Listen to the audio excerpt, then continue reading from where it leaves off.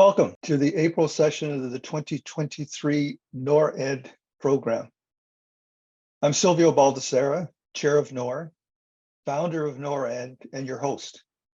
NORR is a continuing education program founded 16 years ago with three main goals: to teach, learn, improve, and to do that continuously. The program relies on bringing the best speakers in the three series: architecture, engineering, and masters. Each of the NORR virtual sessions since 2020 have been recorded and are available on NORR YouTube for global access. Welcome to the 14 NORR office staff and invited guests. Welcome also to the students of the 14 schools of architecture from Canada, the US, and the UK. In 1927, Alvar Aalto won first prize in an architectural competition to design a library in the Finnish city of Viipuri before the city was annexed into the USSR, but that's another story. The building, built from 1927 and 1935, is one of the major examples of 1920s functionalist architectural design. The library, considered one of the first manifestations of regional modernism, it's particularly famous for its wave-shaped ceiling in the auditorium, based on acoustic studies. Where others use flat panels and applied treatments, the technical characteristics of wood and shaping of space is used to derive an acoustic solution, one which creates the beauty of the space. Wood is a theme that continues in the three-legged stools and furniture in birch that connects the space to the region that remains to this day distinctly Alvar Aalto. If you have one of these stools like I do, keep them. In the 70s, this is one of Aalto's buildings that I admire most, studying architecture and trying to understand his philosophy as a hero. Today, it is restored and is now the Central City Alvar Aalto Library, once again receiving world recognition and still worth visiting. Today, our guest speaker will deliver a talk on Alvar Aalto. John Stewart is an architect, an architectural historian, and author who, prior to his retirement from architectural practice, was the leader of Jacobs' 700-strong UK multidisciplinary architectural practice. In his work, he focused on major public buildings projects, which included the Exeter Crown Courts, the Wincoln Swan Theatre, the Milton Keynes Magistrates Courts. He is a fellow of the Royal Institute of British Architects and the Royal Society of Arts, and was twice selected as one of the best 40 architects under 40 in the UK. Winner of several RIBA awards, his own designs have been published in Architecture Today, the Architect's Journal, Building Design, The Times, The Daily Telegraph, and Prevner's Building of England. He has been writing and lecturing full-time since he retired from practice in 2015 and written 5 books: Alvar Aalto Architect in 2017, Nordic Classical Architecture in 2018, The 20th Century Town Hall in 2019, Architect to the British Empire in 2021, and a joint biography on contemporaneous Scottish architect John James Burnett and James Miller is published last year. His latest book on British architectural sculpture is to be published this year. John was born in Scotland and educated at the Mackintosh School of Architecture and Oxford School of Architecture and Hanley Management School. Welcome, John Stewart, today to present Alvar Aalto, architect. Thanks very much, Sylvia, for that introduction, and also for the very kind invitation to participate in your very impressive NORRED CPD program. It surely must be the most outstanding of its type of any architectural or engineering practice. So congratulations on that. I'm delighted to have the opportunity to talk about Alvar Aalto because, like Silvio, I was educated during the 1970s, and I very quickly fell in love with Aalto's architecture. And since then, I've had the opportunity to visit most of his buildings around the world over the intervening decades and discover more and more about his work. With due credit to Jordan Schilt for his extensive recollections of Aalto, I'd always felt that a biography of Aalto was that actually placed him within the economic, political, and social context of his work was missing. And so I've, since all my visits and studies of his buildings, I've extended my interest in him to cover his life as well, and that's reflected in the biography of Aalto, which I completed a few years ago. Alvar Aalto completed over 300 building projects, so a 1-hour talk can really only look at one or two aspects of his work and go into a little depth in terms of them. And bearing in mind the professional and the student audience for today's talk, I thought it might be interesting if we look at the development of Alvar Aalto as an architect. But first, a little bit about Finland. I seem to have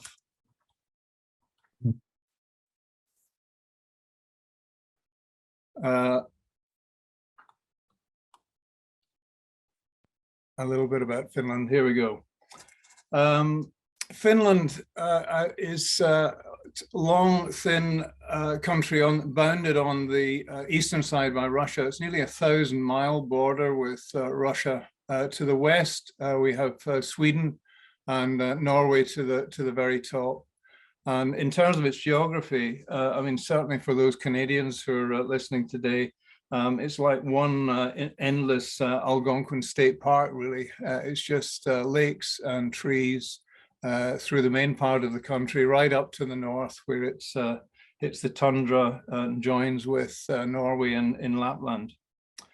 Its history is that it was part of Russia at the time of Alvar Aalto's birth in 1898. It was a Grand Duchy of Russia, and in fact, it didn't become an independent country until 1917, after the Russian Revolution.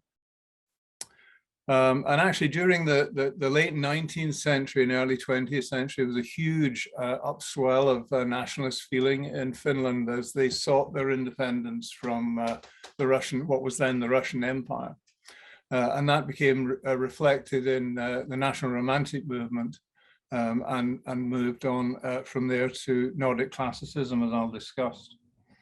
In terms of their economy at the turn of the 20th century, 90% of the gross domestic product of Finland was based on timber. So timber, wood, pulp, paper is what the country very much was about. And the forests provided all of that. In fact, around about that time, Finland actually provided 1/3 of all the paper used in Russia's vast empire. As I mentioned, Aalto was born in 1898. This is him on the left, the eldest of 3 brothers. And then there was a young sister, Piu, who joined them shortly after this photograph was taken. When Aalto was 5, his father moved the family from Kuopio, where he was born up in the north of Finland, and down to Jyväskylä in the land of the lakes in the center of Finland, so that Aalto and his brothers could enjoy an education at what was a very good grammar school there.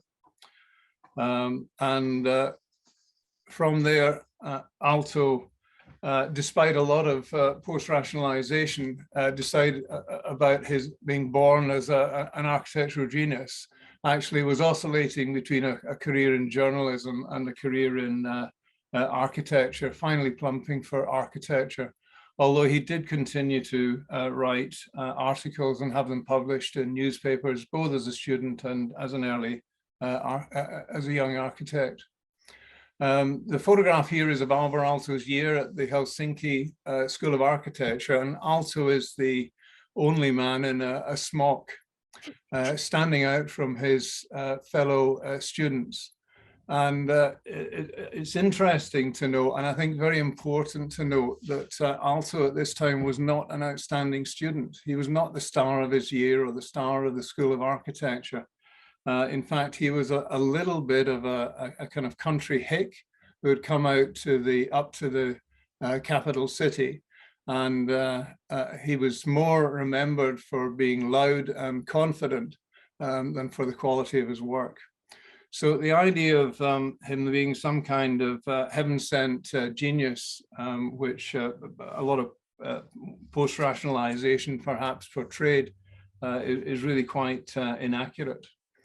But he was a very confident young man, and with very little practical experience. As soon as he qualified as an architect, he set up his own practice in Helsinki. I think it's important to recognize that at this time, the whole of the Nordic period, the whole of the Nordic region was really dominated by one architect, and that was the brilliant Gunnar Asplund, who led what was then the Nordic classical movement. And this was very much a reaction against the National Romantic movement, which had preceded it, which was very much inward looking and backward looking and drawing on the Norse legends and history. And Asplund and his fellow Nordic classicists wanted to reconnect the architecture of the Scandinavian region with the great European tradition of classicism. The source of Asplund's architecture was Italy, and all of the leading Nordic classicists spent considerable time studying architecture in Italy. Asplund himself was there for over a year, traveling, sketching, measuring buildings before returning to practice in Stockholm. And this love of Italy was central to and Italian architecture was central to the movement, and was something that Aalto also inherited. I think it's important to recognize that the Nordic classicists had a different set of architectural priorities from the modernists. They were less interested in the expression of structure or honesty to materials.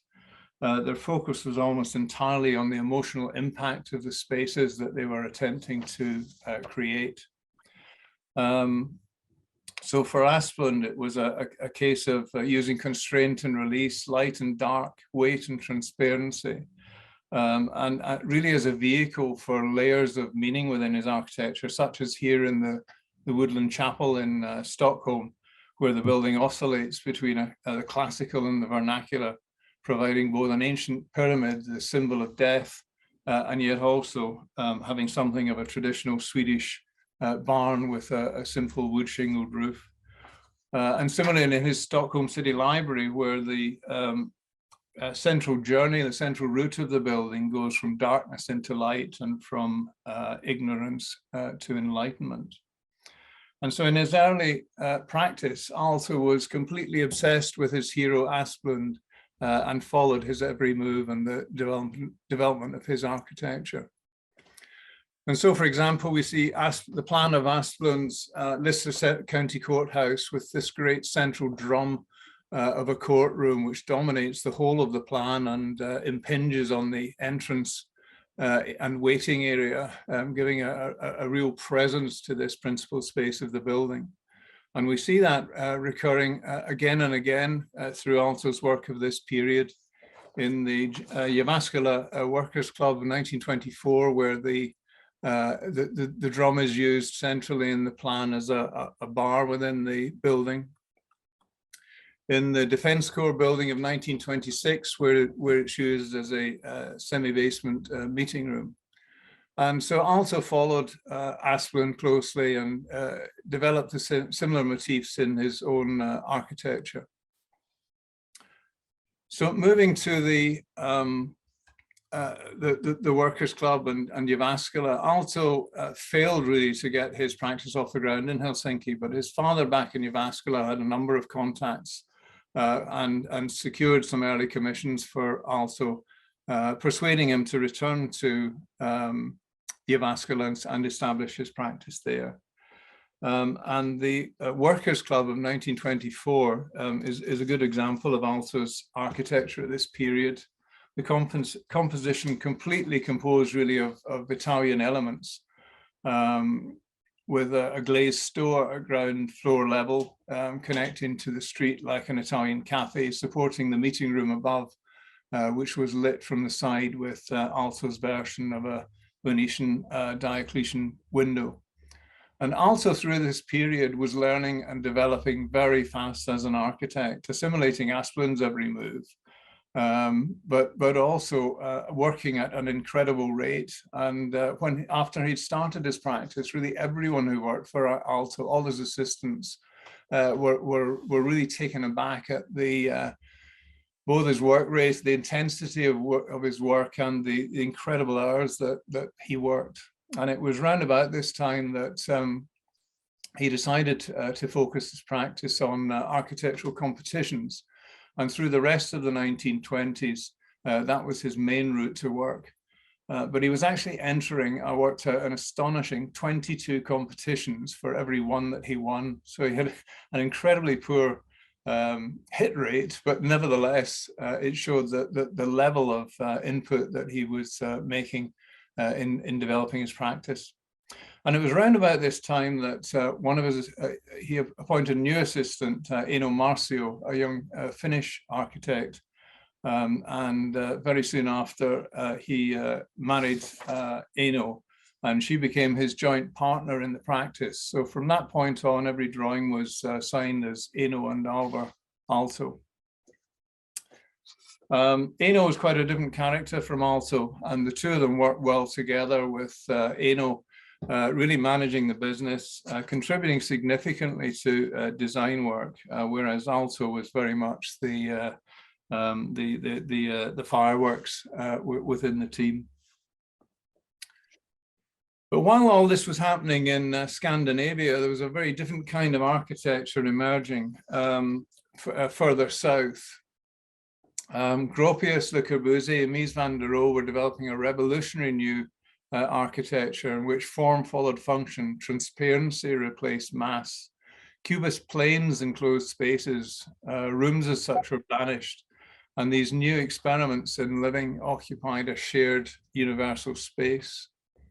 Rather ironically, it was actually Gunnar Asplund and his fellow Swede Sven Markelius who were the first to visit Stuttgart, and they went on to visit the work of Dijker and Bijve and J.J. Piud in Holland, and then further south to see the early villas of Le Corbusier.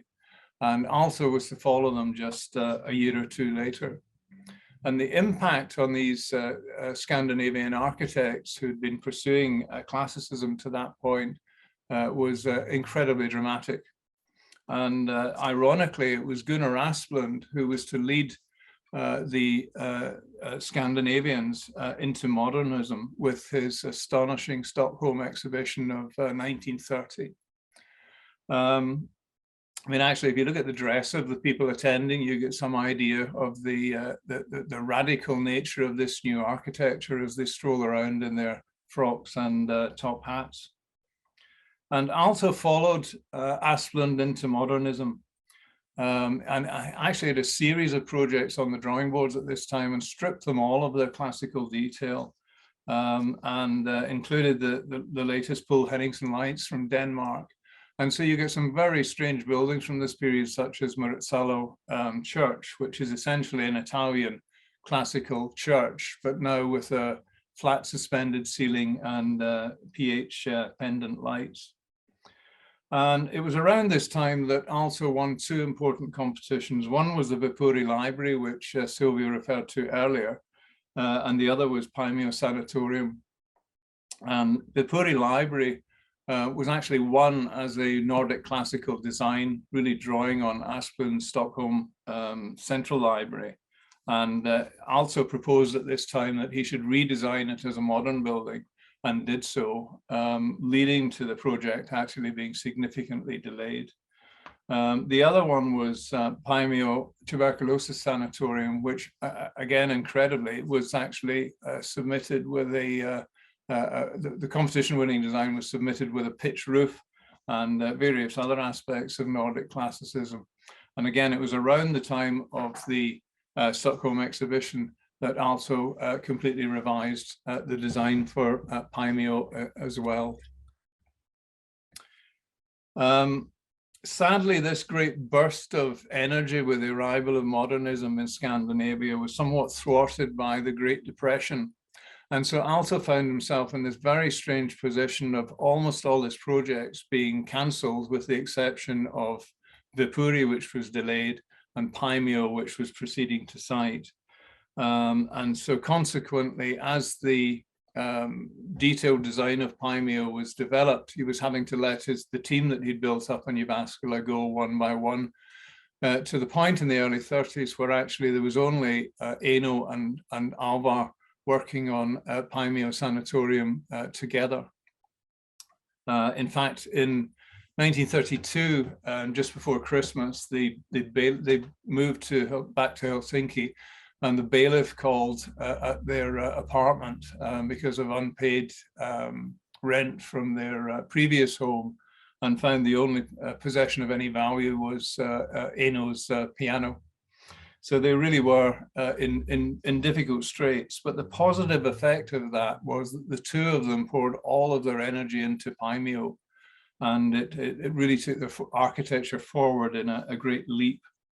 Aalto's plan, as he developed it from his original entry, identified the various functions of the building and separated them into discrete blocks, with the long arm of the patient's treatment wing facing to the south and also to the forest, with the idea being that at the time that the disease was treated by fresh air and sunlight, and also offered every patient the opportunity to be moved out onto these cantilevered terraces to enjoy these as much as possible.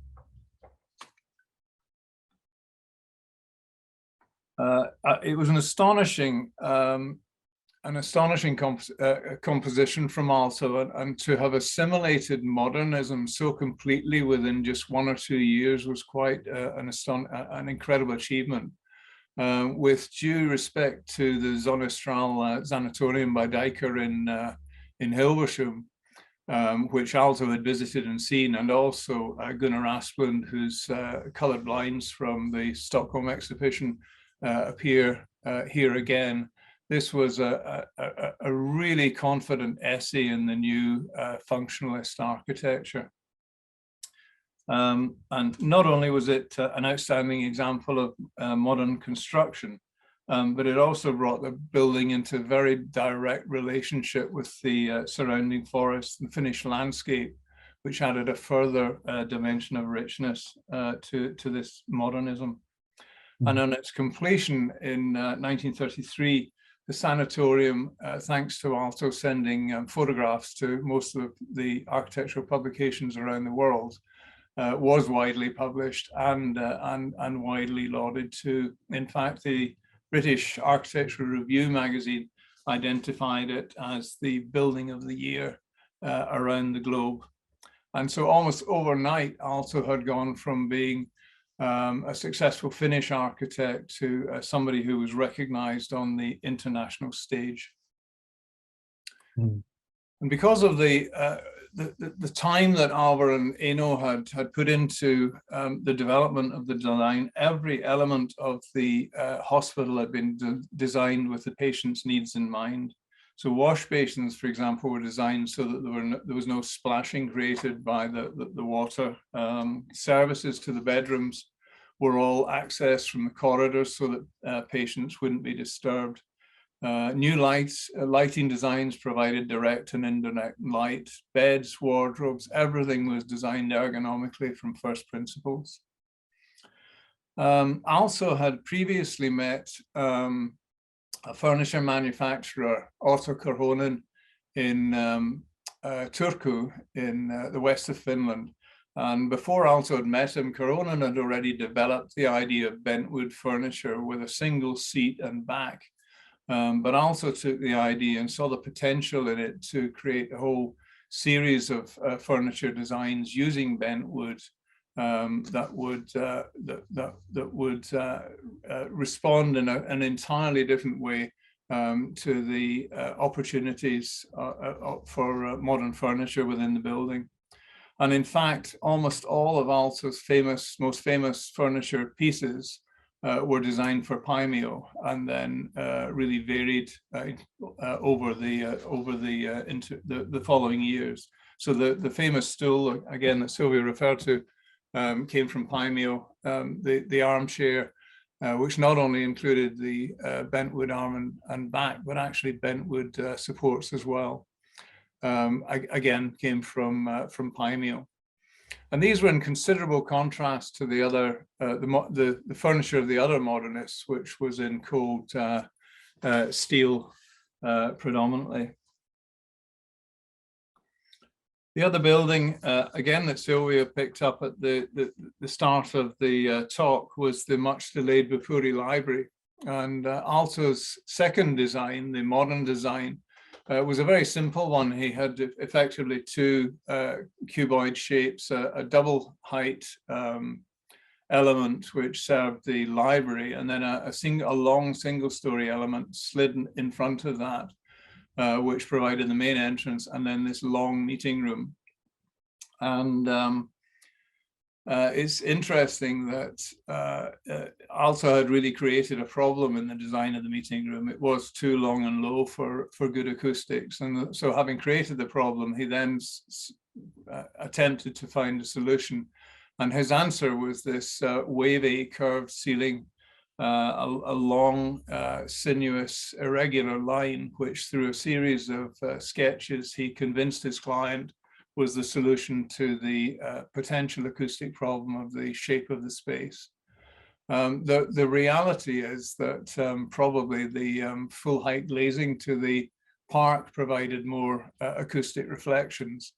But importantly, this was an entirely original element. This was not an element that Aalto simply drew from the panoply of modernist elements. It was something entirely new, and whether it worked or not, it was to provide an entirely new motif within his work, to which he'd return again and again, with this counterpoint between a free undulating line and a firm melodic bass becoming central to many of his later compositions.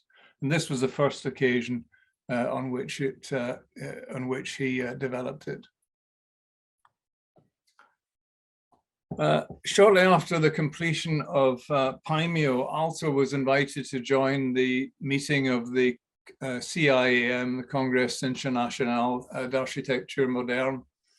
And that year, the Congress was actually being held on a boat sailing from Marseille to Athens and then back.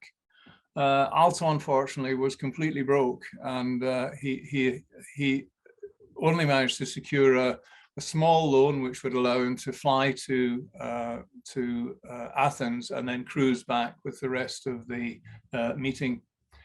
And so in his stead, for the first leg of the cruise, he asked Niels Gustav Hall, top left, a young Finnish art critic, to join the cruise.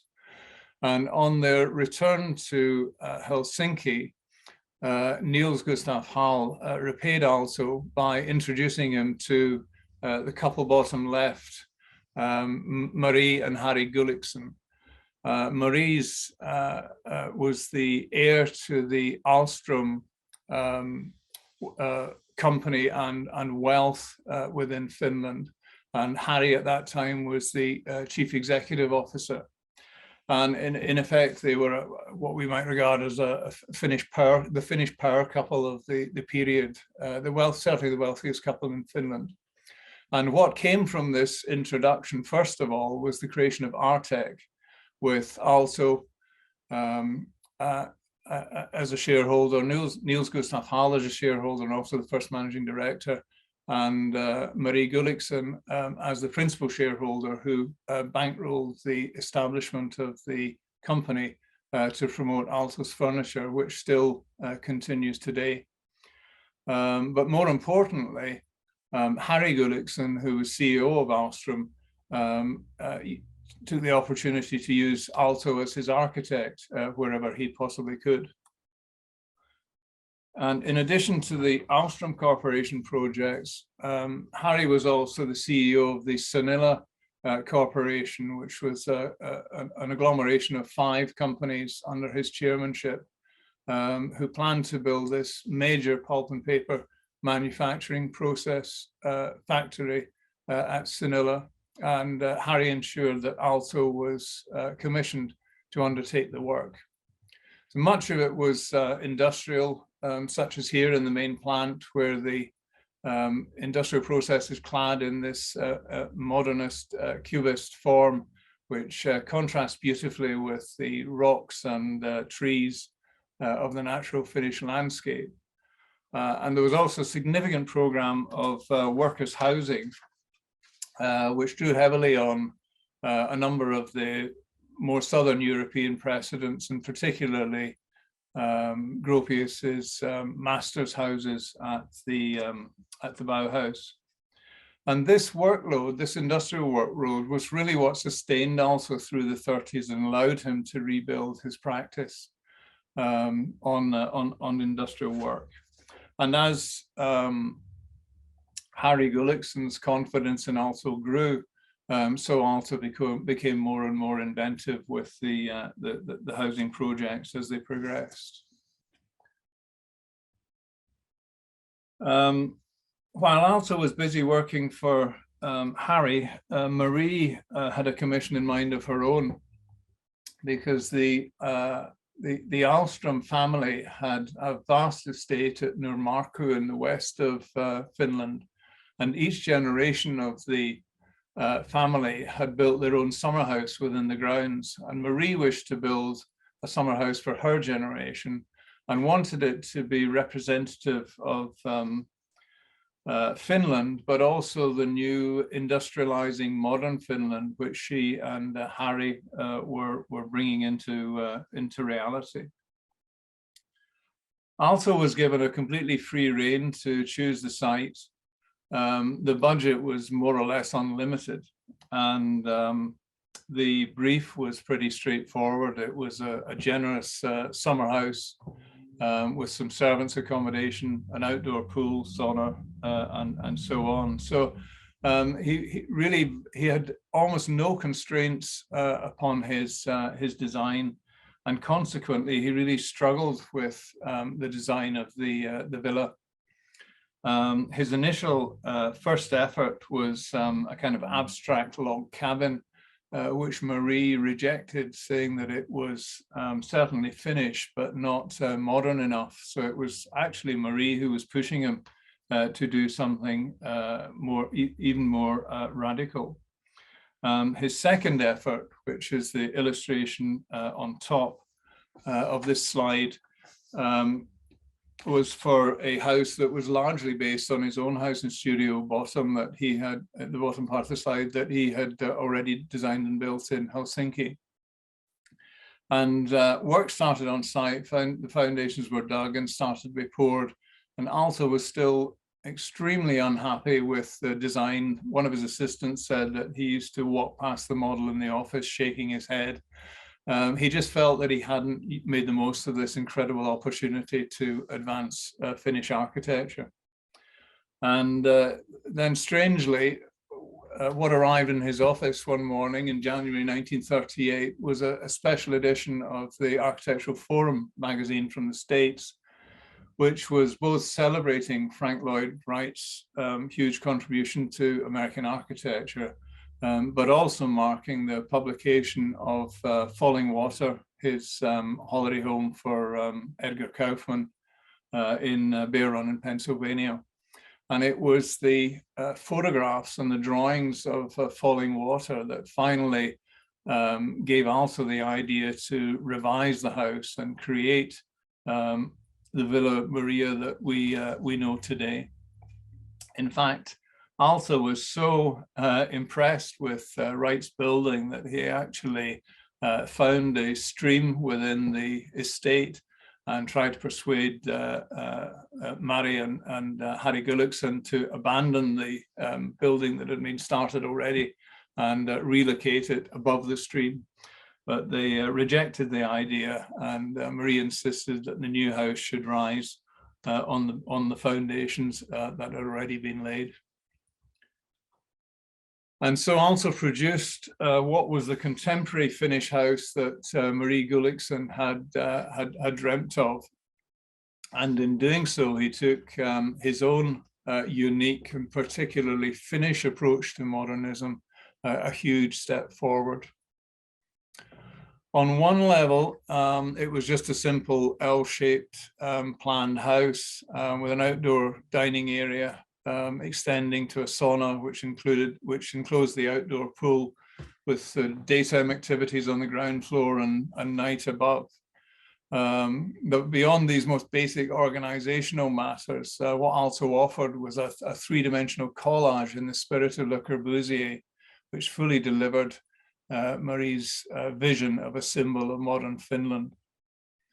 And it's a stunning work of art which oscillates between tradition and modernity, between the wild, untamed surrounding forest and the sophistication of civilization, between Finnish vernacular architecture and 20th century construction, and somehow manages to be both a Cubist villa and a Finnish Carolean farm.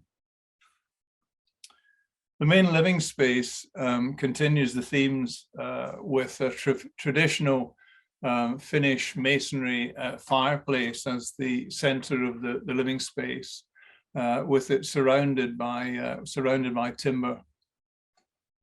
Aalto's structure for the villa is entirely unique and in complete contrast with what Mies and Le Corbusier were doing at the time. They were providing generally a regular grid and then playing abstract or curvilinear shapes against that. But Aalto's structure is entirely free form, doubling columns, sometimes tripling on occasion.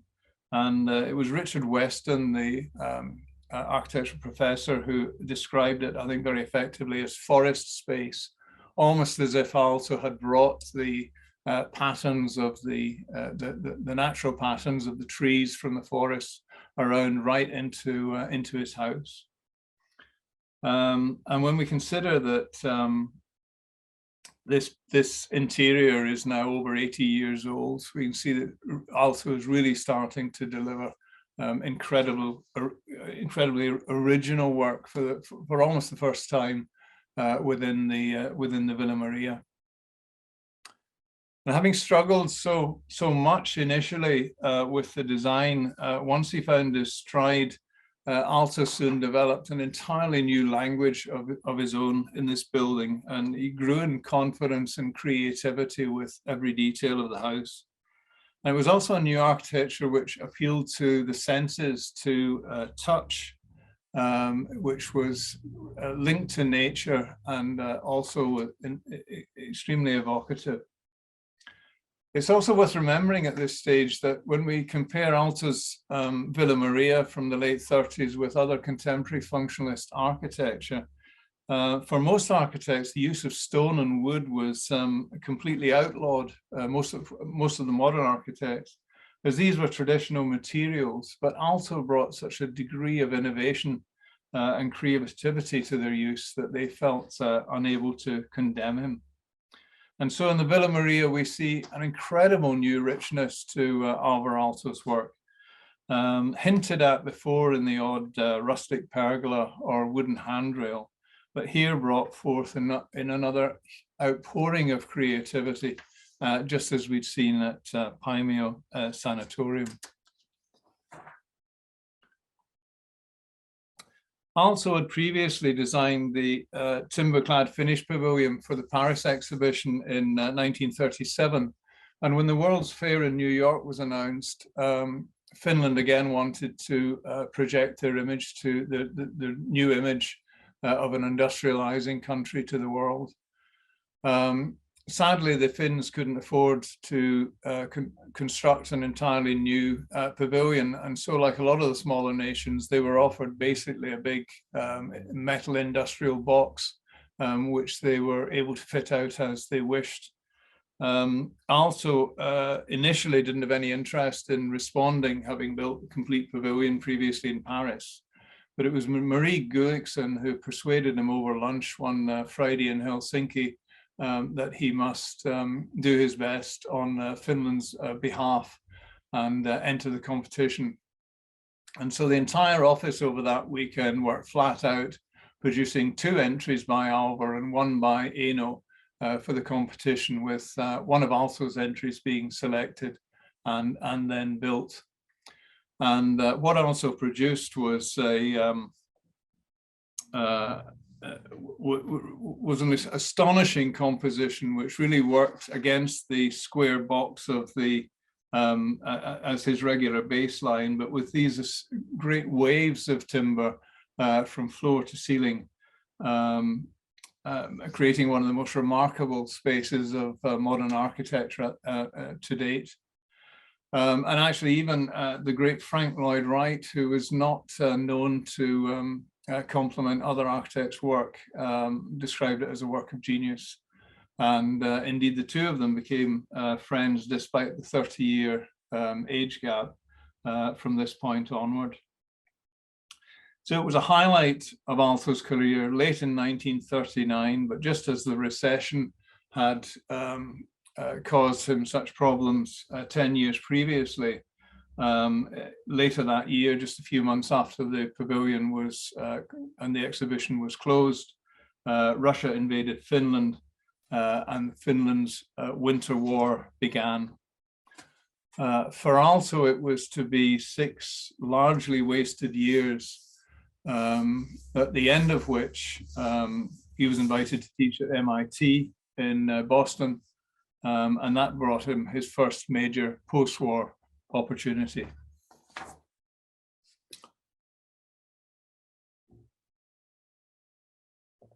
So in 1946, Aalto secured the commission for Baker House, which was to be a student residence for MIT. And it followed what was becoming a now familiar pattern of the sinuous curve played off against rectilinear forms. So the curve on this occasion provides the student accommodation and provides most of the rooms with a different view of the river through Boston that it overlooks. Whereas the communal spaces, the meeting and dining rooms, provide the rectilinear, contrasting rectilinear form at the entrance level. It was, however, an entirely new departure for Aalto in that it was built not in white render, but in red brick, this humblest of materials. And it was to introduce a whole series of brick buildings by Aalto through the next 10 or 15 years of his workload. Eino and Aalto both worked on the project, but by the end of it, Eino was critically ill, really worn out by attempting to keep Artek going through the war and the work involved. And she died in 1949, just before the building, just around the time the building is completed, leaving Aalto completely devastated. When working on Baker House, he had been flirting with the idea of actually establishing his new practice, not in Finland, but in America. And indeed, he'd been in partnerships discussions with Elio Saarinen at this time. But with Eino's death, he returned to Finland and committed himself to establish his new practice back there, and to spend the rest of his life helping to rebuild the country after the devastation of the war. And what he produced from this difficult period was a series of masterpieces, the first of which, and I think the best of which, is Senate Salo Town Hall, which really for Aalto became something of a poem to Finland, and confirmed his commitment to the country. It builds in a series almost of rock strata from ground level up, and it's symbolic of the nation that he wanted to help create, with commerce at ground level in the shop units which were let, and then moving up to the first floor level. This was the government offices, placing government on the next level up, and also the library for the village, which again brought learning up to the next level. And then above that all, we have the council chamber, representing democratic government. It was a model really of the kind of social democratic world that Aalto wished to create. And then in contrast to all those horizontals of the strata were the verticals of the building, which chimed with and mirrored the trunks of the surrounding trees. It's a very humble building in many ways, rustic, and yet profound, and also incredibly sophisticated. The plans on one level are quite simple, and they are organized around a courtyard. But importantly, this is open at all times to the village. And that means that the people of the community are actually central to the government. It's approached by two sets of, the plan on the right is the first floor level, approached by two sets of stairs. The top ones being the formal approach adjacent to the main entrance and the council chamber above. And to the bottom are the famous grass steps, which allow the space to simply flow out of the courtyard and into the forest.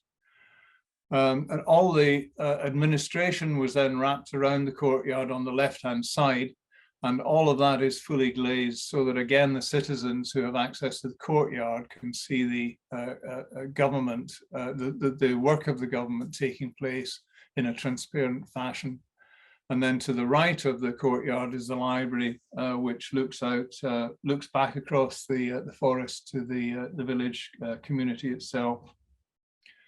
And then from the main entrance below the council chamber, the route twists and turns up the staircase to the next level, as shown on the plan on the left of the council chamber itself.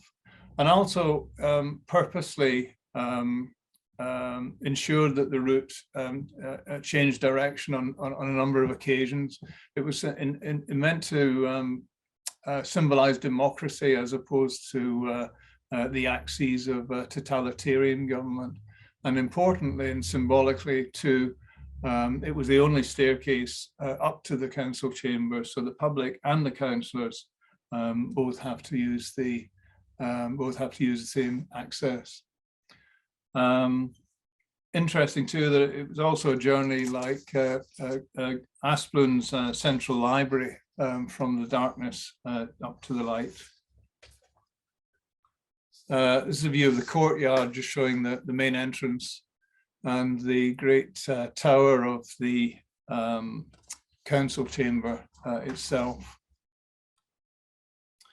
The council chamber is lit by one great window, and then has these extraordinary timber trusses as a kind of crescendo finish to the route up from ground level.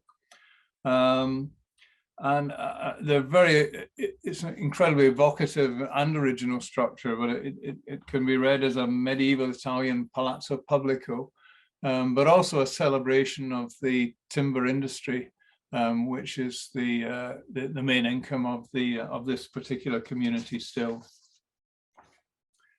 And throughout the building, like as in the Villa Mairea, the most extraordinary care has been lavished on every detail. And also at the heart of all the detailing is the human experience, as in Asplund's work. And so here we have a brass handrail wrapped in leather so that it's warm to the touch rather than the cold steel of modernism. And so to the famous grass steps, which lead out of the courtyard, and in many ways just another piece of Italian landscape, an olive grove in miniature, stepping down from this civic space in northern Finland. Aalto's project architect for Salo was a young female Finnish architect, Elsa Mäkiniemi, also christened her Elisa, and they became good friends and more during the building of Salo. And it was a year or so after the completion that they married, and Elisa became Aalto's second wife, and again full partner in the practice, running it with Alvar. Alvar Aalto at this time was still living in the house and studio that he and Eino had built in Helsinki. And so Elisa and Aalto wanted to build a place of their own, and decided to proceed with the design and construction of a summer house near Salo on a small island that they had found there. Fortunately, it was also owned by Harry Gullikson, who sold the site to them at a very reasonable price. Aalto's finances, although he was busier, were still in pretty shaky state. That was one of the things that Elisa would go on to sort out. And he came up with the brilliant idea of building his summer house as a research project. It's thus called often the experimental villa. And in justification of this, we have these almost distill-like compositions of brick and tile around the courtyard. His idea was he could then set it off against tax and minimize the cost of building it. Unfortunately, it failed to impress the Finnish tax authorities, but nevertheless, it's left us with the summer house to enjoy.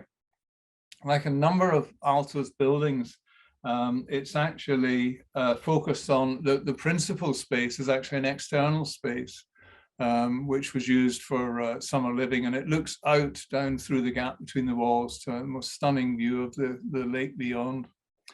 And it's a fascinating building. It's white on the outside rather than the inside as a foil to the forest. And then he's used the warmth of the red brick, which is normally on the outside, as a backdrop to the courtyard. And Aalto and Elisa used this from this point on throughout their lives, every summer, and would spend 4 to 6 weeks here. He even included a couple of bedrooms for assistants with bunk beds so that they could come and work on projects here during the long Finnish summer. So it's really is the one of the most sophisticated clearing in the woods with a campfire that you're likely to come across.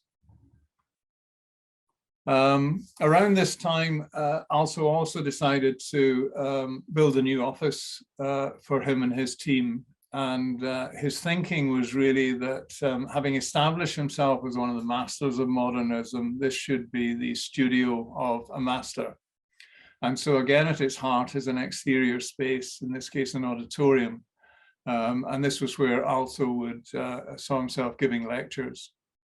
And the space is actually so strong that it informs the shape of his own studio, which is the wing vertically up through the building. The studio was where Aalto worked on his own. This was quite different from his previous office where he'd worked along with his assistants.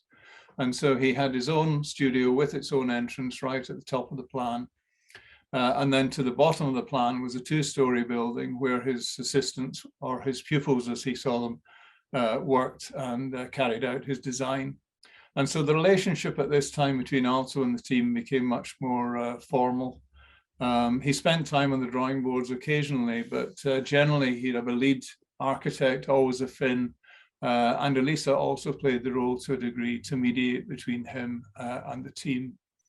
and he became more distant really as the years went on.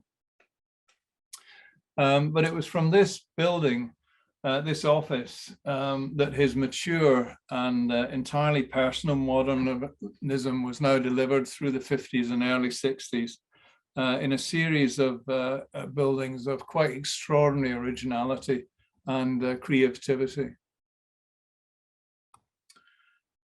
Such as his remarkable Church of the Three Crosses at Mairea, of which we have the plan and section here. The plan is divided into three, both symbolically as the name of the church, its dedication, but also for practical purposes, in that he developed these huge concrete sliding walls that could divide the space into three for different purposes. So, for example, with the walls closed, the section to the left-hand side of the plan could be used for closed off and used for small ceremonies, christenings, funerals, and so on. For full services, the next section could be brought in, and then for Saints' Days, Christmas, Easter, the entire church space could be used as one. And also because this was a small community, when religious services were taking place to the left-hand side of the plan, the other areas could be used by the community for meetings and so on. The section of the building almost appears to is an extraordinary sequence of spaces, which almost appears to have been sculpted from a solid block. And the interior and exterior treatment of the building is almost entirely separated. The exterior windows, which are vertical, provide the raw light and sun for Aalto then to use the interior windows to model. And I mean, we haven't really seen light used in this way since the architecture of the Italian Baroque. It's an extraordinary, extraordinary piece of architecture. The exterior is again completely unrelated almost to the interior, and showing extraordinary freedom of expression on almost every project now that came from his drawing board. This is the House of Culture in Helsinki, which was a trade union meeting space in which he played off the great brick curved auditorium against this beautifully detailed copper-clad rectilinear office building, and then had this great slash horizontal pergola, metal-clad pergola, which linked the two. Again, this theme of the curvilinear set off against the rectilinear, and those not used arbitrarily, but relating very much to the function of the building. In 1965, he produced this astonishing Seinäjoki Town Hall, again with the civil administration and the local democratic process raised above the level of the everyday world, and with this great top-lit roof to the council chamber itself.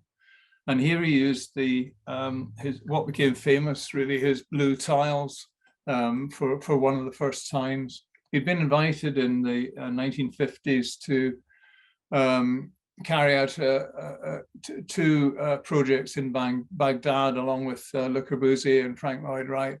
And he'd seen the blue tiles there of the mosques and been fascinated by the way that they captured the light. And on his return to Finland, he developed these curved tiles, which would again work even better in the very rare and valuable light of this northern land. In 1967, he completed the really quite vast campus of Otaniemi University, now Alvar Aalto University in Helsinki. And at its center is this great auditorium, again a Roman classical archetype used as a symbol of learning, with both an external auditorium and then this vast internal auditorium within it, which could be divided into two or used as one large space for full university gatherings. Mount Angel Library in the States, 1970 now, which he designed without a site visit extraordinarily, just a section and plan of the hillside which it sits on, which really brings his many library buildings to a full stop, and includes many of the elements of the changes of level and the step shelving, again, which he learned from Asplin's City Library in Stockholm, really into one final expression of all the things he'd been trying to achieve in his many library buildings over the years. And so to his final building, his final masterpiece, really, the Finlandia Auditorium in Helsinki, which was completed in 1971, seen here reflected in the waters of Tulu Bay. This was actually originally intended to be part of a new master plan for the center of Helsinki, in which a series of cultural buildings would be located down the banks of the bay here. The idea being to replicate the relationship between the buildings of Venice and the water. Sadly, despite a huge amount of his effort during the late 60s, he was unable to convince the city council to proceed with the plan, and so Finlandia really just gives one hint of what it might have offered. Clad in white Carrara marble, as a lot of his final public buildings were, we see the great space of the auditorium erupting out of the rectilinear base, which provides all the horizontal terraces and foyers which of the auditorium which overlook the lake. In the interior, again, one final masterpiece really of spatial modeling and bringing together his experiments in bent timber, along with the swooping curves of his New York pavilion from nearly 40 years previously. It's a stunning auditorium space, which has hugely influenced auditorium buildings ever since. Sadly, by the time of its completion, Aalto was actually very ill. In fact, he wasn't able to attend the official opening. Too much work and probably too much Chianti had finally taken their toll. But at last, right at the very end of his life, he finally had the opportunity to build in his beloved Italy, with this small church at Riola, just southwest of Bologna in the center of Italy. And it stands in a beautifully wooded valley, at last giving him the opportunity to make his own personal contribution to the architectural heritage of Italy, the country which, along with Finland, was at the central of his life. And his project architect, who was Vezio Nava, would photograph progress on site and take the photographs back to Aalto in Helsinki and update him with progress as the construction progressed. And in fact, Riola was finished just 2 years after Aalto's death in 1976. So an hour's talk can't really do justice to Alvar Aalto, I'm afraid, but I hope that I've offered some understanding of his work. And fortunately, he's left us so much to study and as architects to relish. I hope I've also provided a little understanding of Aalto the man, who through his incredible commitment and application and relentless hard work developed an architecture of extraordinary creativity and originality. leading to his eventual recognition as one of the greatest architects of the world. Thank you very much. John, thank you for that. As part of the NORR Master Series, Alvar Aalto is, as you've said a number of times, a true master, and it takes me back to my days at University of Toronto, and he certainly was at the center of my life. But I'll hold off, and I'd like to bring on our three panelists today. If you could please turn on your cameras and your mics. And I'd like to introduce them. And I'm going to start off with George Baird, who is Emeritus Professor and former Dean of the John H. Daniels Faculty of Architecture, Landscape and Design at the University of Toronto, and the founding principal of Baird, Sampson, Newitt Architects in Toronto. His publications include With Charles Jenks, Meaning in Architecture, 1969, Alvar Aalto, 1969, The Space of Appearance, 1995, Public Space, Cultural, Political Theory, Street Photography, 2011, and Writings on Architecture and the City, 2015, a collection of essays and interviews devoted to his work, The Architect and the Public, edited by Roberto Damiani, which was published in 2020. George Baird has received the Gold Medal of the Royal Architecture Institute of Canada in 2010, and the Topaz Medallion of the American Institute of Architects and the Association of Collegiate Schools of Architecture in 2012. In 2016, he was invested in the Order of Canada. Welcome, George. Thank you, Silvio. Paul Middleton is an architect and our REBA client advisor with over 30 years experience specializing in the organization, design, management of cultural, education, residential, and mixed use projects. Paul possesses expertise concerning design, processes, and schools and mixed use projects, significantly connected to an industry network of design teams, project managers, and contractors, organized and focused to achieve goals within set budgets and schedules. This includes technical and design management advice from the earliest stages in a project through the completion, and citing on various design review panels to ensure design quality is maintained. Welcome, Paul Middleton. Thank you. And Stephen Kennedy. Stephen is a highly experienced creative design director at Trivadi, an events and venues interdisciplinary practice. He leads the company's design direction, and it is critical to their one team approach, linking strategy, planning, and delivery.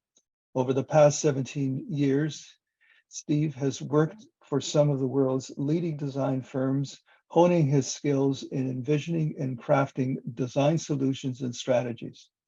As a former principal at Grimshaw Architects, he specialized in working on complex projects such as the Oman Botanic Garden, a prestigious ecologically and culturally focused project, the YTL Arena, the adaptive reuse of hangars to a music arena and entertainment complex, and Reading Station, a large transfer redevelopment project. Welcome, Stephen. Thank you. So we're going to start off with, I'm going to ask George Baird for his comments on John Stewart's presentation. George. Thank you, Silvio. Well, I just offering congratulations to John for undertaking this biography of Aalto so long after Aalto's death. I mean, it seems to me the process of excavation of all this documentation would have been especially challenging given the long passage of time since Aalto's active professional career. So it seems to me it's really quite a feat of authorship to have managed to do that. So my congratulations for bringing all this biographical information to light in a way that, I mean, he said, and I agree with him, that wasn't previously much emphasized in the publications on Aalto, which already existed. I don't have a single big thing to say in response, but I do have a few thoughts that I would table. And I'm going to end with a couple of questions for John, and I'm hoping at the end of the presentations of my fellow panelists, he might have the opportunity to speak to the two questions. One about the work and one about his practice relationships. The first thing I wanted to say, and this reflects my own experience as an architectural academic over many decades, and that is that even before Paul said it today, I had already learned that young designers don't necessarily show their stuff while they're still students. And it's often the case that architects and designers flower after their formal education is completed. As I say, that's been my experience with graduates that I've taught myself. So I was interested to learn that this circumstance actually applied in such a dramatic way to Aalto himself. Obviously, the one thing he did have from the beginning was the confidence, as John pointed it out, and that obviously seems to, but well, that together with the Gullicksons seems to have made all the difference to his career. I'm interested in back to this, but he talked about the importance of I know Aalto in the first part of the practice, and I'll come back to that. I did not know that I knew he'd won the competitions for Viipuri and for Paimio, but and I knew that his design approach, as John pointed out, shifted from the Nordic classicism that we associate with Asplund to his more distinctive own hand as the 1930s went by. But I didn't know that he had prepared competition entries for both Paimio and Viipuri in the Nordic classicist mode, only to change his mind about both of those projects after he'd actually won both the competitions. So that's a particularly remarkable, well, it's a major gear change in an architect's career, but for it to have happened in respect to competition, which he had already won at the time that he decided to change direction, is a most unusual circumstance in my opinion. I was aware, of course, of the significance of the Depression. The Depression, of course, had a worldwide impact, but I hadn't appreciated until John's presentation today the extent to which the Depression had actually impacted Aalto's practice in the early years of the 1930s. Obviously, as I said a moment ago, that encounter with the critic that introduced him to the Gullicksons was obviously a very, very fateful encounter, since clearly the Gullicksons were the facilitators of an extraordinary proportion of the remainder of his career thereafter. I mean, they must qualify as being among the most important patrons of architecture there ever were in the 20th century. I'll conclude with my two questions, one of which is a formal one to do with one of the projects. I've always thought that Mairea, the summer house for the Gullicksons, had a kind of Japanese streak running through it, especially the wing, including the sauna. But I didn't know about Aalto's discovery of falling water until the presentation today that John made. And so I'm curious to know if he thinks that what I see as the Japanese streak at Mairea might actually have come to him via Frank Lloyd Wright, whose interest in Japan, of course, is well known to us all. So that's my question number one. My question number two has to do with his two collaborators and wives, first Aino and then Alyssa. John mentioned both of them more than a few times in his presentation, and that's more than you usually hear from the female collaborators of famous 20th century architects. I'm thinking in particular of, Le Corbusier's relationship with Charlotte Perriand, which was really completely suppressed until after he had died. And the same thing seems to be pretty much true for Mies van der Rohe in respect to his relationship with Lily Reich. So I'm interested in, I have the impression from the way John presented the material that Aalto gave more credit to his wives / collaborators than the other famous architects of his era did. But I'd be interested in hearing him kind of amplify a kind of commentary on that issue, because it seems to me it would be important for us to know, given the nature of our profession going forward. So those are my comments and my questions, and I would again conclude with my congratulations. Thanks very much, George. Yeah, really interesting, the influence of Japan. I mean, Aalto was also interested in Japanese architecture, and had studied it. I mean, the parallels between the timber buildings in Japan and the timber buildings in Finland were immediate. And I mean, a lot of the details in Villa Mairea, you could see coming directly from Japan, things like wrapping the external timber columns and so on. And that was clearly something that was hugely important to Wright, as you've identified.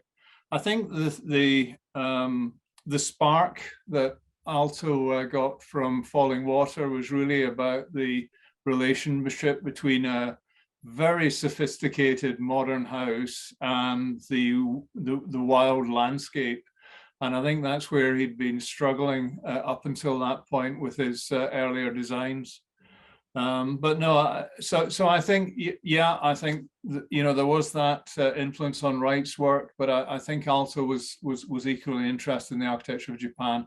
And I think you're absolutely right, particularly when you look at the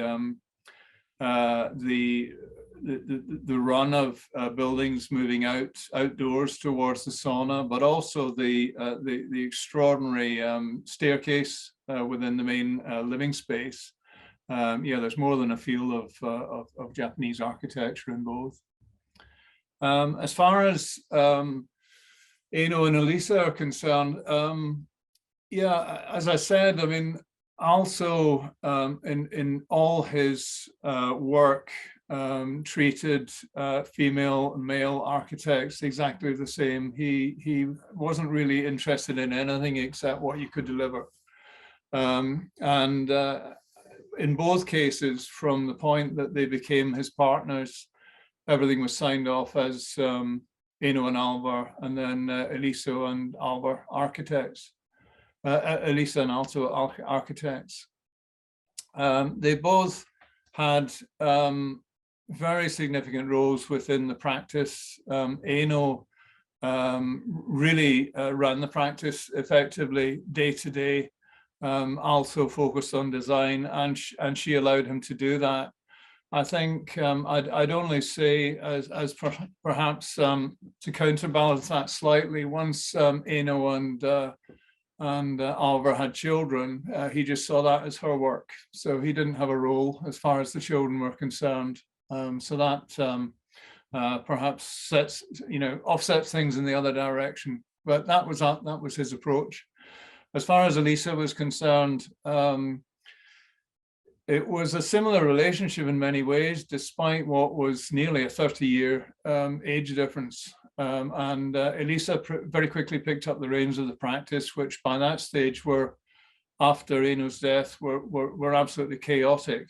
I mentioned the experimental villa and the Aalto's brainwave of setting it off as a research project. So, and what actually happened was that not only did it not get approved by the Finnish tax authorities in that category, but also that they decided that they would initiate an investigation into Aalto's previous tax payments for the last 5 years, resulting in them writing to all his clients, much to his embarrassment, to confirm what had been paid, because Aalto's records were just chaotic. So Elisa got a grip of that and really managed the practice in those terms from that point on. I think actually, although Eno made huge contributions in furniture, textiles, when it came to the building construction, the architecture, Elisa made a much greater contribution. I think in that context, she was a much stronger designer. And certainly through the latter years of Aalto's career during the 60s and on into the late 60s, early 70s, Elisa took a much greater role in the practice as Aalto's health declined. And then in the end, of course, after Aalto's death, Elisa had a whole range of projects that she took through to fruition over the next decade. So it was an interesting relationship. It was one Aalto always acknowledged, but the outside world didn't really acknowledge it. It was all about Alvar Aalto, this Finnish genius, one man who had such extraordinary creativity. And in that context, his wives and partners really did tend to fade into the background. But that was the reality of it. Thank you.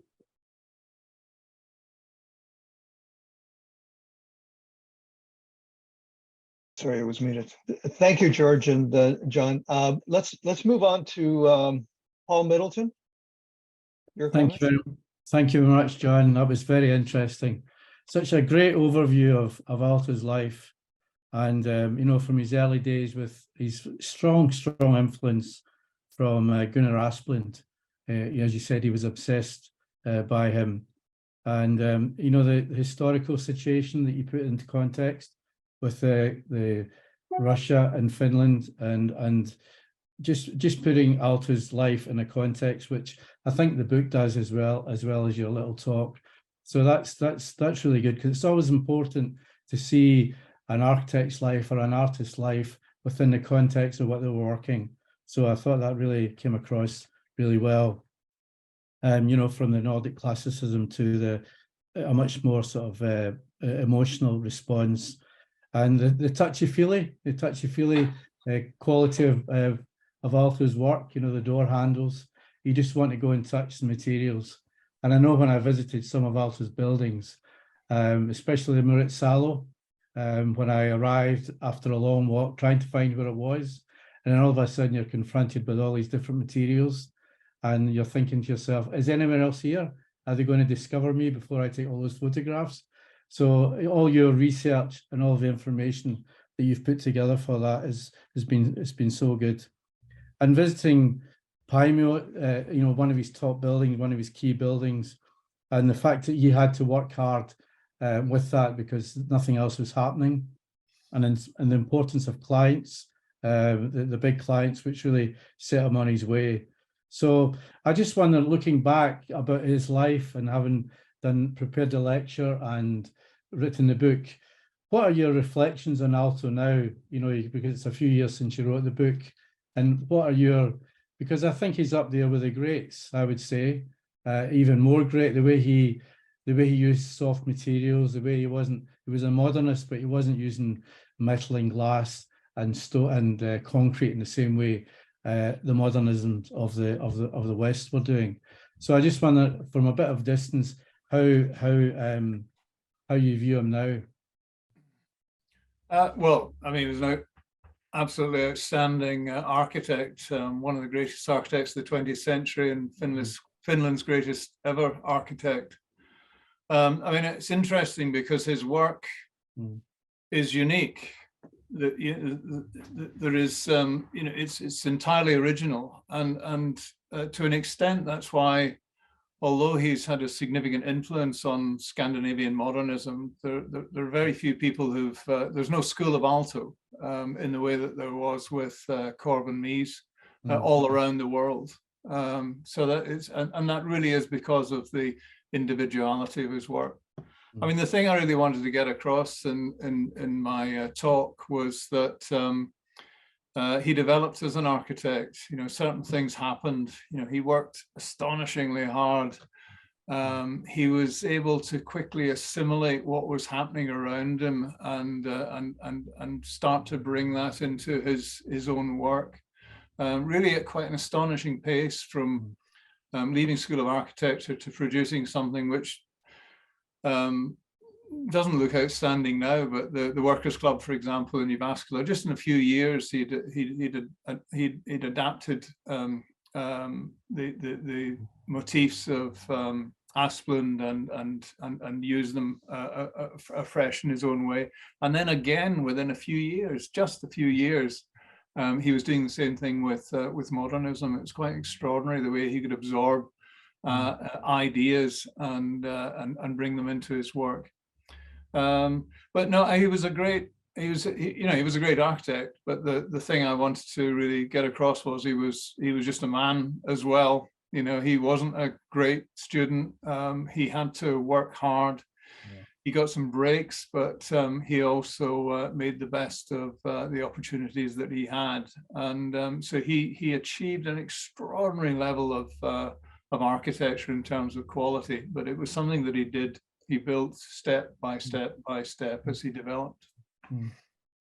I think from the early projects he showed, and I remember going to see those early works when I visited Finland, and they were very simple, the glass box at the bottom and the solid balls atop, and how quickly, as you say, how quickly he developed. And it's amazing to see that happening. So once again, thanks very much, John, for a great overview of a great architect. And having seen almost all of his buildings, you've done a great job and service to keeping his memory alive. Not that we need to keep his memory alive, because he's a great architect. So thanks again. Appreciate it very much. Thanks. Good. Thank you, Paul. Great architect and a great master. Stephen. Hi, yeah, just on that theme, thank you very much, John. I think it's been asked to kind of sit in and have a conversation with you about this has been has made me reflect on my own career, and particularly kind of beginnings in architecture. So kind of back in kind of 2000, starting architecture school here in the UK at the University of Newcastle, my first challenge was to study Aalto, and there was a list of buildings to look at, but I remember looking at the Villa Mairea kind of right at the outset. So this has been a fantastic opportunity to reflect a bit on that early study, and also then in terms of kind of 23 years later, where I am in my career, in terms of how much influence that's had. So the first impressions for me of a very fantastic talk were the actual, I think you've just touched on a little bit around that whole, his kind of ability to adapt his work and the way he worked, kind of, and particularly around, and I think particularly as a practicing architect today, kind of particularly reacting to geopolitical kind of consequences as well. So obviously dealing with wars kind of through his work, depressions, kind of, I think that's phenomenal to see that it's actually informing his work, particularly around how it can look to benefit society. And I think that really resonates for me in terms of how, as a practicing architect working on public buildings, that the output should be for the users that work them. And I just wondered if is there any personal examples kind of for you that you feel examples of his work that best exemplify that? I mean, I think well, it's interesting. I mean, Paimio was really designed in the spirit of functionalism. So, you know, everything was starting from first principles. And what was at the center of that wasn't organizing a hospital, it was the patients. Yeah. And, everything was done with the patients in mind. I mean, Aalto said he'd actually been ill around that time, and he was confined to his bedroom for a week or two. And, he suddenly realized what it was like when you're in that situation. And he also recognized that as a tuberculosis sanatorium, what the patients were going through was entirely different from, when one normally is in hospital. It's very long term, you're there for a long time, and you're having to cope with the illness. So, that was an example of, very early on, the patients just being absolutely core to everything that he designed on that building. And then I think later on, I think the symbolism of Senate Sala Town Hall is extraordinary, with the people of the village at the center of that building. That's a community building, but it's not just a facility. The courtyard is where the people gather. They still have events there. And they are absolutely central to that small democracy, and so it goes through every detail of that building, the way that it's used, and the details that he developed. So it is fascinating, and genuinely, he did put people at the center of what he did. I think that's a great example. I think particularly from, it isn't just the functional aspect, but also the kind of the broader symbolism of what that means. I think just going back to, I think one of the reflections for me is about, actually, there's a number of kind of themes in kind of practice today, which I think are very kind of personal to how I would try to practice. And I think, and ironically, they are inherent, I think, particularly in what you've just shown in terms of in Aalto's work. So in terms of, one of the things is about, obviously, kind of the idea of empathetic architecture, or I guess it's more kind of referred to as kind of human centricity at the moment. So I think that's a great example about the hospital. But I think for me, it's always that little bit, the consideration. I think ergonomic consideration is obviously something that is taught, but the consideration of, we'll kind of touch on again, I'm slightly using the lens of Villa Mairea here, just because I think it's the one I know the best, but particularly around the door handles. So in terms of that, your first human interaction, your first physical interaction with the building is of skin to skin, rather than being kind of skin to metal. And I think there's something really kind of fascinating about that. Is there, I mean, I think the door handles are an obvious one. Are there any less obvious kind of examples of that? I guess being kind of examples of that more empathetic kind of human-centric based design approach. Well, it's very interesting, actually. We were in France a couple of years ago, and we visited quite a famous garden, and they had a small section within it which they just created, and it was called a sensory garden. And so they'd obviously got plants with different smells, perfumes, and so on. But one of the main senses that they'd responded to was of touch, but through the texture on the floor. And we were going through this, and it suddenly reminded me of Alvar Aalto. And just simple things like the main entrance to the town hall at San Salo. It's a very formal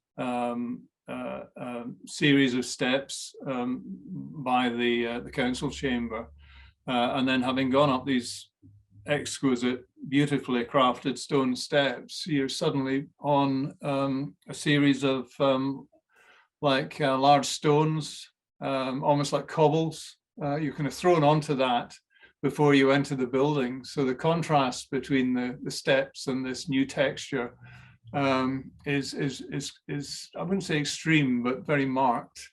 And so suddenly you realize, yeah, something else is happening here. I'm about to enter the building. And so you go into the building itself, and then you realize that the paving is actually, it's not smooth. It's actually, it's brick pavers. And he plays around with brick pavers and then the smooth stone steps again. And this is going on throughout, the whole of that building and other buildings as well. So it's just, his work is so rich in those terms. It really is unique. I don't, I'm not aware of, Louis Kahn does some things like that, but I'm not aware of anyone else who really responds to all the human senses in the way that Aalto does at his best.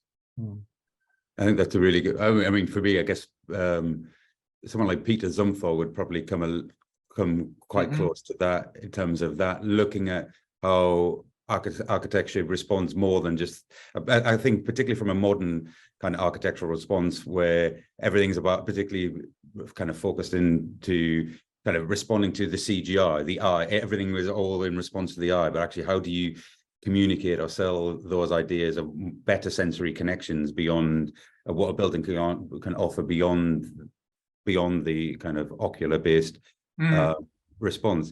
I think another aspect, if you don't mind indulging me for one more, is around, I think it's really like to touch on, I guess, back to bringing relevance to modern day.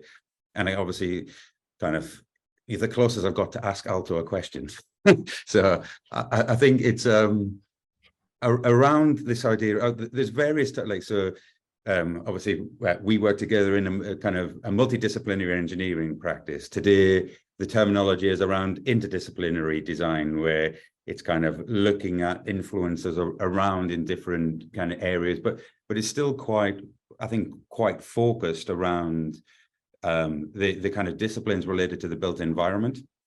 I think there's something really interesting around how people are taught today, and particularly from a political perspective, kind of around creative subjects in state schools aren't, like particularly in the UK, and I know in Scotland there's various kind of pedagogical kind of focus around how people are taught. I'd be really interested to know in terms of, I think, going back to the kind of original point about Aalto wasn't a star kind of student, kind of what do you think his advice would be for a kind of young student in architecture today? God. Sorry, so it's a tricky one, but draw and work. I think, and talk. I mean, he used the opportunities that he got to meet some of the leading artists of his period and form friendships with them. So, for example, on the when he first joined the CIAM crews, he established networks on from the flow that flowed from that occasion, and which he maintained throughout his life. And it wasn't just architects; it was a lot of the contemporary artists. And it was interesting that when he opened the Paris Pavilion in 1937, I just didn't really get time to talk about, but it was hugely successful. I mean, he was really feted in Paris, and all of the artistic community was interested in what he'd achieved in the Paris Pavilion, and so he was able to establish relationships with other artists that he maintained throughout his life, and he brought those other influences into his work as well. So I think it was that kind of openness to ideas, incredible work rate that allowed him to develop very quickly, because he was just designing so much. I mean, to do 22 competitions to win one is just nuts. Everyone else would think, well, no, I think I'll just stay with my father, and his friends giving me commissions. So that level of work was a key part, and almost everyone who achieves anything at that kind of level recognizes that now, I think. And also drawing. you know, he drew and drew and drew. And, you know, particularly when he was in his later years where he was working pretty much on his own in the studio. And he'd often work in the office, but he'd also often work at home and then just wander into the office later. But he was drawing all the time, and you know, developing his thoughts through his pencil, really, and what he drew. So I think you know, drawing, working, and just being open to all those incredible influences that he managed to somehow bring together to inform his architecture. I think they're three very relevant and poignant points there, particularly on the drawing one. A final point that was around, it's always very difficult to draw form with curves, a kind of curvilinear kind of building. And I've always, my go-to is always, how would Aalto draw it, in terms of particularly around the arrangement of kind of spline-based forms. So it's always that having the rationale between kind of the line and the art, which I think has always worked so kind of reassuringly, but it definitely resonates now. Obviously, the fact that having a relationship with artists to be able to have that understanding, I think, is particularly useful. So thank you for indulging me with that. Thank you, Stephen. John, I've just got a couple of comments.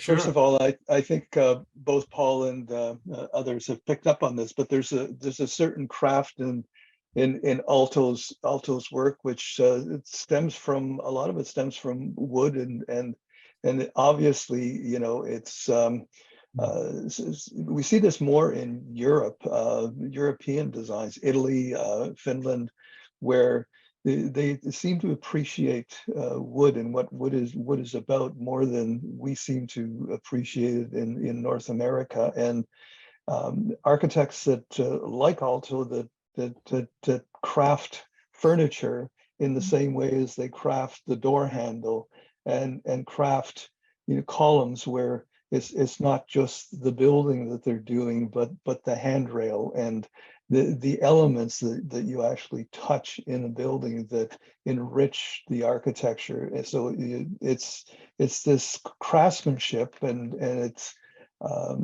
enriches the architecture. And I'm sure that, you know, if you look at most of his buildings, that's true of almost all of his buildings, certainly from the beginning all the way through his building. The other comment that I've got is that, you know, Richard Rogers' preface in your book about Ernesto Rogers, was there a relationship with them in your research at all? Or, and the other part of that was, what was his relationship with Eero Saarinen?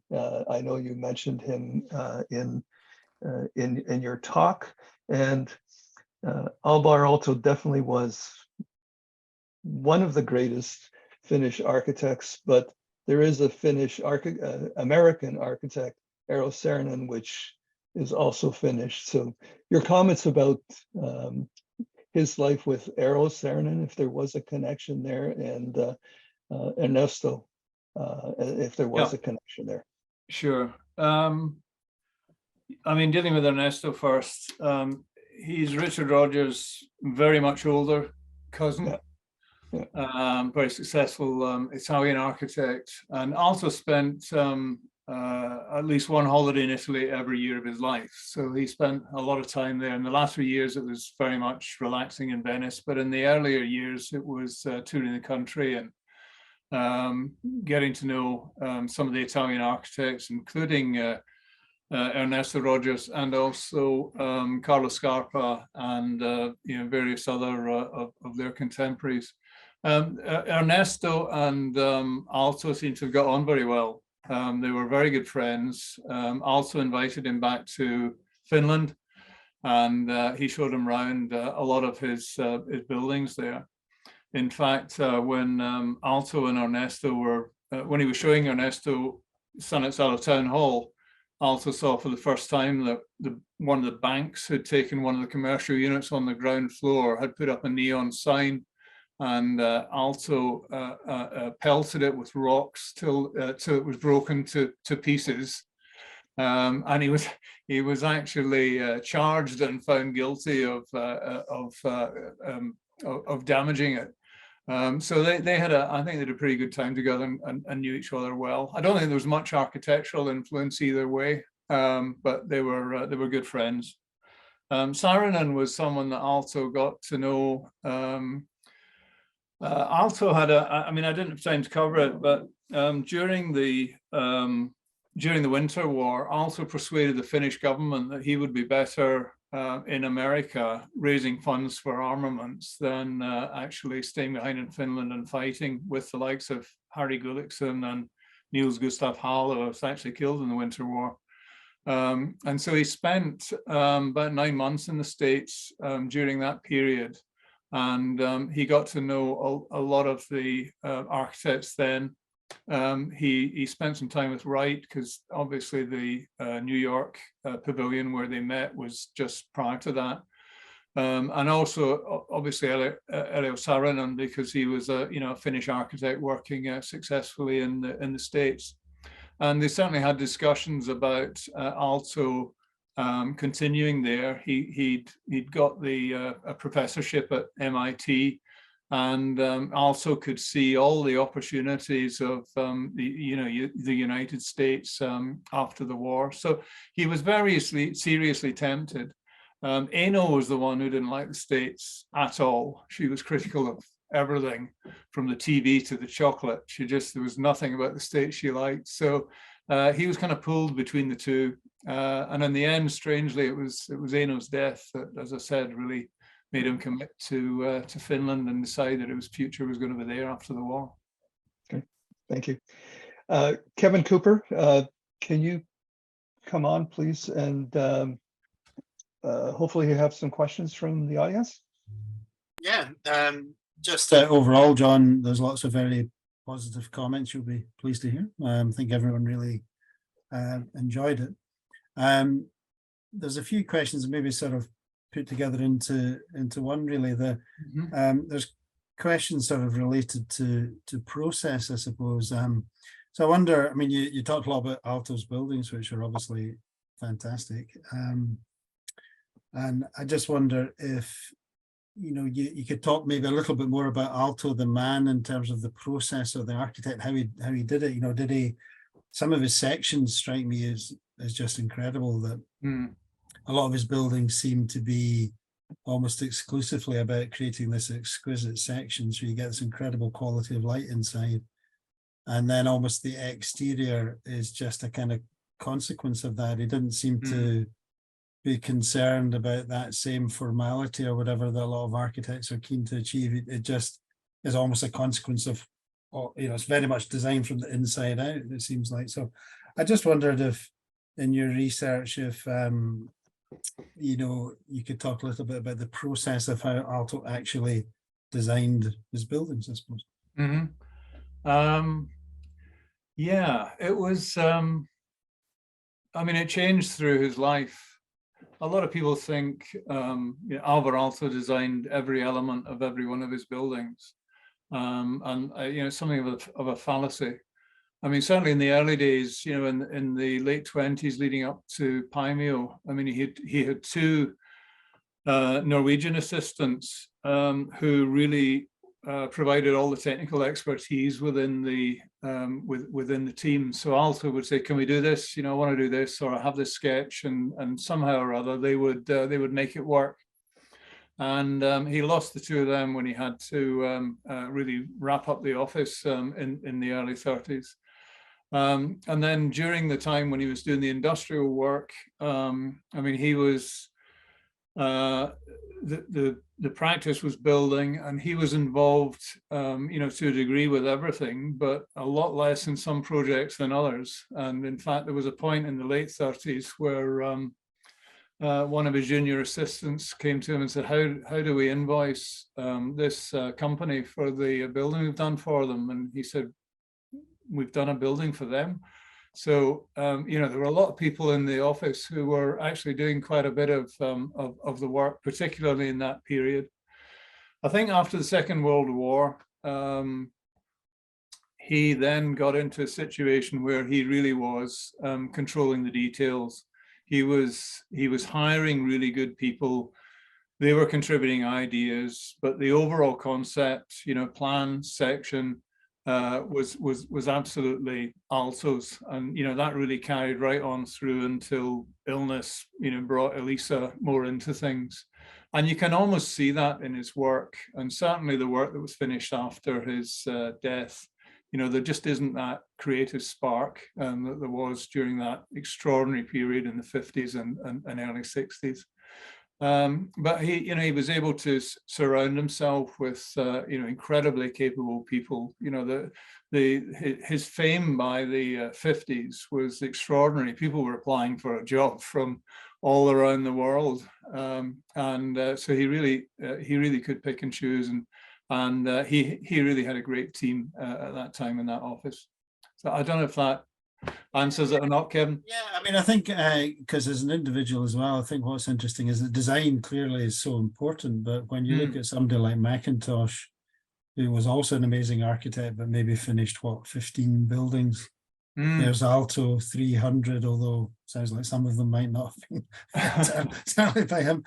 Frank Lloyd Wright 500, Sir Edwin Lutyens 500-600. So, the personality of the individual certainly, in the last century was clearly a very important part of their success. He clearly was much more than just a gifted designer. He actually had that je ne sais quoi that all these greats do. Just as a quick aside to that, you did mention that you met Frank Lloyd Wright, and I really enjoyed your book, which I read a wee while ago now, but he obviously spent time in the guest wing at Falling Water.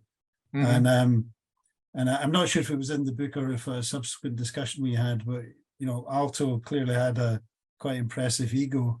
But I think when he met Frank Lloyd Wright, he kind of realized that he had quite a lot to learn. Yeah, I think he felt shy and retiring after meeting Frank Lloyd Wright. Fantastic. No, good. Great. We're conscious of time, Silvio. Maybe just time for another one or two quick questions. Yeah, one more maybe. A couple more. Just in terms of the process, David Cluzo was asking, is there a relationship between the lack of industrial production of architectural components in the early stages of modernism that somehow contributed to that kind of custom, idiosyncratic, individual type approach of Alvar's work? Like, I mean, that door handle that you showed was just a work of art in its own right, wasn't it? A sort of artisan approach to architecture rather than a industrialized approach. I don't think a lot of the early modernism was actually industrialized. That was the reality of it. All of the elements, the products that were the furniture in Paimio was made largely by craftsmen. You can see these photographs of the Villa Savoy being built, and it's it's kind of concrete block walls which they rendered over. A lot of the early modernist stuff, and it's one of the reasons that it's weathered so badly, was actually put together by craftsmen rather than being any part of an industrial process. I mean, there's a lot of aspiration for mass housing, for industrialization. Those are the things that CIAM discussed. But I think even then the reality was different. And then after the war, Aalto was in this incredible position where he could spend the time and had the budget to produce original work like that, to design different door handles for different buildings. It was a very it was a very fortunate time to be an architect, and he made the most of it. But it was interesting too, because there was just a slight in parallel to that. When he worked on the housing for Sunila, I mean, he just planned the whole thing. Harry Gullickson and the board approved it, and they built it. Towards the end of his life in the late 60s, he was involved in a whole series of very, very large housing developments, both in Finland and in Italy. And none of them came to fruition because by that time, life had just become so much more complex. There were so many different specialist engineers involved and so many stakeholders involved. Aalto actually found it almost impossible to navigate through that situation. And that's actually what happened to his plan for Helsinki, which he invested huge personal time in because the prize was so great, and yet came to nothing. Life had just got a hell of a lot more complicated between 1930 and 1970. Well, great time to be an architect, anyway, isn't it? So, anyway, thank you very much, John. That was terrific. Thank you. Kevin, I think we're good. We're approaching that time. I want to thank the panelists, George Baird, for your time today, and thank you very much. Paul Middleton, thank you. Stephen Kennedy, thank you. That was a great job on the panelist side. And Kevin, thank you for suggesting John Stewart.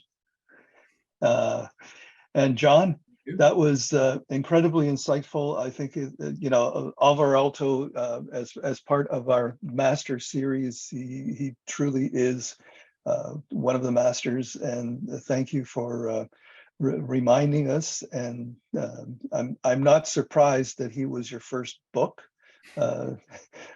when you started writing. And I applaud you for this is now you're on your fifth book. And I wish you all the very best, but thank you once again for bringing us Alvar Aalto, not only to our staff, but our guests that are on, but the students of the 14 schools of architecture. And for our next one, we are proud to announce that we will have the Illinois Institute of Technology in Chicago on board for our next one. So we continue to attract students of schools of architecture, and I think it's extremely important to have the students on these NORR Ed sessions. And John, thank you for this one, and we will be seeing the NORR Ed YouTube in a week. So once again, thank you, John. All the very best in your writings in the future. Thank you. Hopefully we'll have you back. Thank you. Thank you to all.